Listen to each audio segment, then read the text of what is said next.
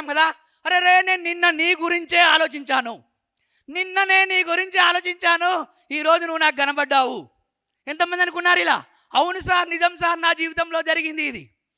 అరే నేను మొన్ననే నీకు ఫోన్ చేసి మాట్లాడదాం అనుకున్నా, నువ్వే ఫోన్ చేసినావు. ఎంతమంది అనుకున్నారు ఇది? ప్రతి ఒక్కడి జీవితంలో జరుగుతూనే ఉంటుంది. ఎందుకు జరిగిందయ్యా ఇది? అసలు ఎందుకు జరిగింది అని అంటే, నువ్వు అనుకున్నావు కాబట్టి జరిగింది. అది నమ్ముతూ ఉన్న నువ్వు మరి ప్రతిరోజు నీ గురించి ఏమనుకుంటున్నావు? ఆ పుట్టించిన భగవంతుడు కూడా అంటూ ఉంటాడట.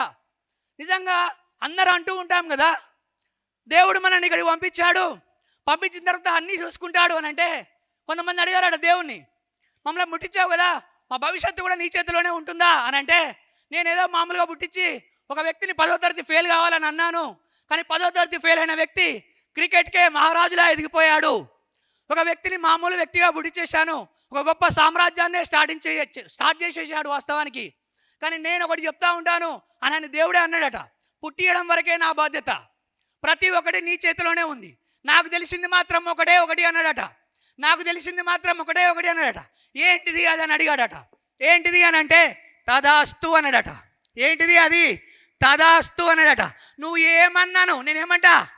తదాస్తు అంట. నువ్వేమన్నాను ఏమంటా?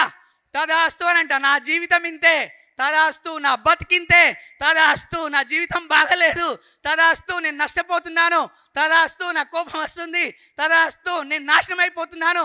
ఎవడు అనుకోమన్నా నిన్ను నాశనం అయిపోతున్నాను నువ్వు అనుకుంటే ఆటోమేటిక్గా తదాస్తు దేవతలు తదాస్తు అంటూ ఉంటాం కదా. అరే అటువంటి సందర్భంలో మరి నీ గురించి నువ్వు మంచిగా అనుకుంటే తప్పేంటి? ఖర్చు అవుతుందా ఏమన్నా? జేబుల నుంచి ఏమైనా డబ్బులు పెడుతున్నావా? అరే డబ్బులు పెట్టి నేర్చుకోవడానికి రండి అని అంటే, అబ్బా సార్ డబ్బులు పెట్టాలా, నేర్చుకోవాలా అని అంటాం. కూర్చొని వినండి అని అంటే, కూర్చొని కష్టపడి వినాలా అని అంటూ ఉంటాం. అంత దూరం నుంచి రావాలా అని అంటూ ఉంటాం. మరి నువ్వు కూర్చున్న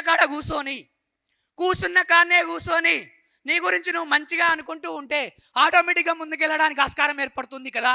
సెల్ఫ్ టాక్ అనేది చాలా ప్రముఖ పాత్ర పోషిస్తూ ఉంటుంది.